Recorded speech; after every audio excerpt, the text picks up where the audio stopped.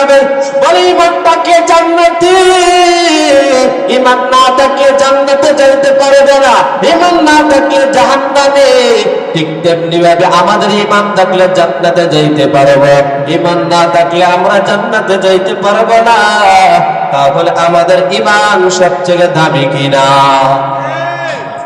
তারপরে আল্লাহ কুরআনুল কারীমের বিভিন্ন জায়গার মধ্যে বললেন, হে বান্দা, সময়টা দিছি, সময়টা কাজে লাগা, সময়টা বড় দামি।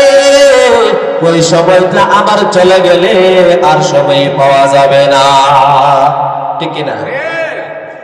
এক আল্লাহর ওলি কবরস্থানের পাশে দিয়ে চলে যাইতেছে, হঠাৎ করে শুনে এক ব্যক্তি ডাক দিতেছে।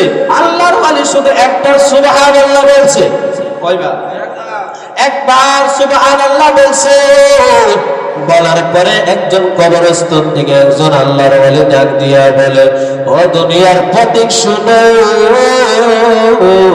তুমি একবার সুবহানাল্লাহ বলছো, আমি মৃত্যুর পরে কবরের মধ্যে 3000 বার আমি কোরআন খতম দিছি।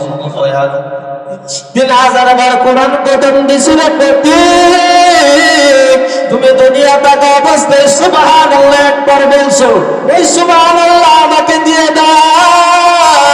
আর 3000 বার যে তুমি কোরআনুল কারীম খতম দিছো, ওই কোরআনুল কারীম খতমের সওয়াবটা তুমি নিয়ে যাও। প্রতীক ডাক দিয়া বলেন, আল্লাহর বান্দা, এটা কোনদিন সম্ভব না। কবরস্থানে যিনি আছেন, তিনি বুঝাইতে চাইছে মৃত্যুর পরে হাজার হাজার বার কোরআন খতম দিয়ে বলে লাভ নাই। দুনিয়ার জমিনে যদি একবার সুবহানাল্লাহ বলতে পারি, এর থেকে আরো হাজার হাজার গুণ বেশি লাভ। ঠিক কিনা?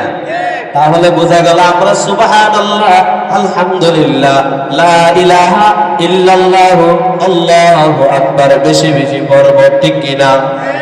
মসজিদে যদি 2 মিনিট উযুরের যদি দেরি হয়ে যায় আসার জন্য, কিসের জন্য? আসার জন্য সব মুসল্লি দাঁড়ায় যায়, ও হুজুর কই গেল? হুজুর রে টুকাইতে টুকাইতে শেষ।